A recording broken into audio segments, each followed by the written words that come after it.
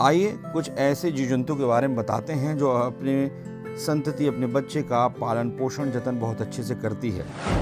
Giraffe अफ्रीकी महाद्वीप के जंगलों में पाया जाने वाला एक शाकाहारी पशु है।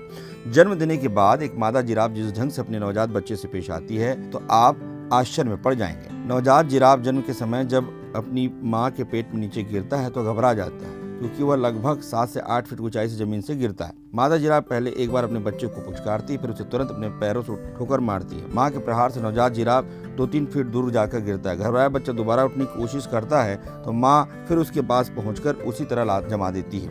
मां ऐसा तब तक करती है जब तक बच्चा अपने पैरों पर खड़ा न हो जाए, सीख न ले। मादा जिराफ की कोशिशें रहती हैं कि उसका बच्चा जल्द से जल्द चलना सीख जाए।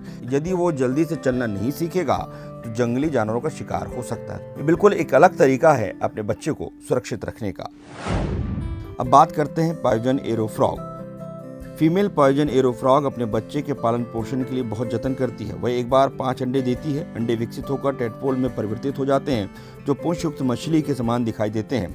तब मादा पॉइजन एरो फ्रॉग एक टेडपोल को पीठ पर बैठाकर पेड़ की सबसे ऊंची शाखाओं पर लेकर जाती है। फिर मां तालाब की खोज में निकलती है और टेडपोल को अलग अलग तालाब में छोड़कर आती है।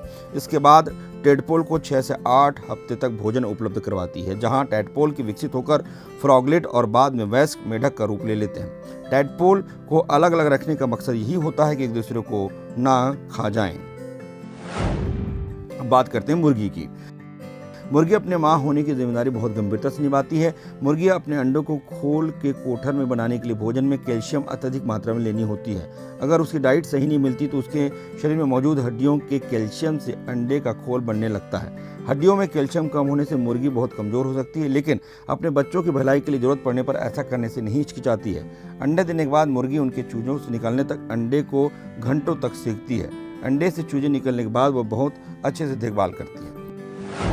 ग्रे व्हेल वैसे तो प्रशांत महासागर के ठंडे पानी में रहता है, लेकिन अपने नवजात बच्चे की सुरक्षा के लिए मादा ग्रे व्हेल प्रशांत महासागर से हजारों मील की दूरी तय करके मैक्सिको के गर्म समुद्र तट के पास पहुंच जाती है, क्योंकि यहाँ वे ग्रे व्हेल का शिकार करने के वाले खतरनाक जंतु किलर व्हेल नहीं आते हैं। मादा ग्रे व्हेल 2 साल में एक बच्चे को ही जन्म देती है। बच्चे को जन्म देने के बाद ग्रे व्हेल मां निश्चिंत होकर उसे अपना पौष्टिक दूध पिलाती है। ग्रे व्हेल मां के दूध में 53% वसा होती है।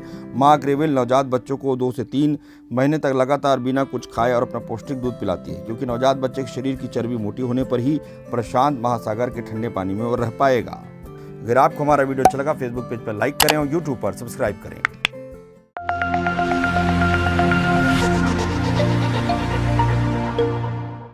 खबर भी सरोकार भी, हर कदम हर डगर हर मोर्चे पर तैयार भी। पक्ष हो या विपक्ष, बात वही जो है सच, सही और दमदार भी। गांव कस्बा शहर नगर, रुक न पाए कोई खबर, असर भी असरदार भी, खबर भी सरोकार भी। लल्लूराम.com, सच कहेंगे लल्लूराम।